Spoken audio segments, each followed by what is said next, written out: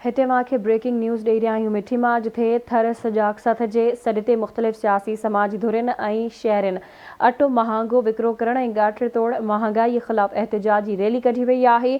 कश्मीर चौक ते धरणो हयो पियो वञे। अॻवाननि जो चवणु आहे त थर में महांगाई सबबि अवाम आपघात करण ते मजबूर आहे। थर में महांगाई ते अञा बि ज़ाब्तो न आंदो वियो त ज़िले में शटबंद हड़ताल कई वेंदी। अहम ख़बर खां मांखे आगाह करे रहिया आहियूं मिठी में। थर सुजागसत जे सॾ ते मुख़्तलिफ़ सियासी समाजी धुरियुनि ऐं शहरनि जो अटो महांगो विकिरो करण ऐं गाठे तोड़ महांगाई ख़िलाफ़ एहतिजाजी रैली कढी वई। कश्मीर चौक ते धरणो हयो वियो। अॻवाननि जो चवणु आहे त थर में महांगाई सबबि अवाम आपघात करण ते मजबूर आहे। महांगाई ते ज़ाब्तो न आंदो वियो त ज़िले में शटबंद हड़ताल कई वेंदी।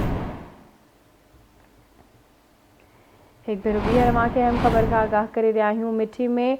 थर सुजागसत जे सॾ ते मुख़्तलिफ़ सियासी समाजी धुरियुनि शहरनि जे अटो महांगो विकिरो करण ख़िलाफ़ एहतिजाज कयो आहे। कश्मीर चौक ते धरणो हयो पियो वञे। अॻवाननि जो चवणु आहे त थर में महांगाई सबबि अवाम आपघात करण ते मजबूर आहे। तफ़सील मालूम कंदासीं। असां सां लाइन ते मौजूद आहे आवाज़ न्यूज़ रिपोर्टर फ़कीर बशीर अहमद। जी फ़कीर बशीर, छा तफ़सील आहिनि, आगाह कजो।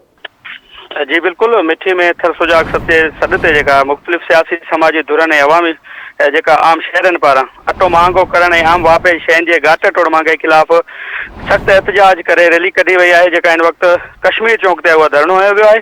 मिठी जी मारूई पंपतां सालिम समेजो, अलमास नोड़ियो, राहुल देव, आकाश अमीरानी समेत ॿिनि अॻवाननि पारां धरणो हयो वियो आहे। थर सुजागसत पारां ऐलानियल जेका रैली आहे उनमें एसटीपी जे अॻवान घनश्याम माली, एसीयूपी जे उमर उनर ऐं ॿियनि जेका मुख़्तलिफ़ जेके तंज़ीम आहिनि उन्हनि जे अॻवाननि शिरकत कई आहे। तव्हांखे ॿुधायां त अॻवाननि जो चवणु आहे त थर में अटे समेत रोज़मर्रा जी शयुनि जे अघ में हथरादू जेका गाठे तोड़ महांगाई करे अवाम खे ख़ुदकुशियूं जेका आहे उहा करण ते मजबूर कयो पियो वञे। उन्हनि जो वधीक चवणो हो त थर में अटो 150 रुपया किलो विकिरो थिए पियो। अवाम ॿ वेला मानी गबे जे लाइ सख़्तु परेशान आहे।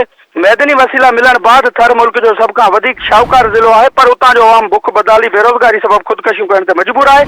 थर जो अवाम हिकु जेका ॾींहुं मज़दूरी करे हिकु वेले जी मानी लाइ अटो ख़रीद करण जे लाइ सख़्तु परेशान आहिनि माण्हू। जॾहिं त थर में हथरादू महांगाई मक़ामी चूंडियल नुमाइंदनि, ज़िले इंतिज़ामिया वापारी जेका माफ़िया आहे उनजी घटिजोड़ जो नतीजो आहे। ज़िले इंतिज़ामिया ऐं सरकारी जेका रेट ते अमल कराईंदड़ इदारा महांगाई जो तूफ़ान बर्पा करे वेठल वापारियुनि जा साथारी ऐं सहूलियतकार बणियल आहिनि। तव्हांखे ॿुधायां, थर मां उन्हनि जो वधीक चवणो त हथरादू महांगाई ख़तमु करे अवाम खे जीअण जो हक़ ॾिनो वञे। ठीकु आहे फ़कीर बशीर, वॾी महिरबानी अपडेट करण।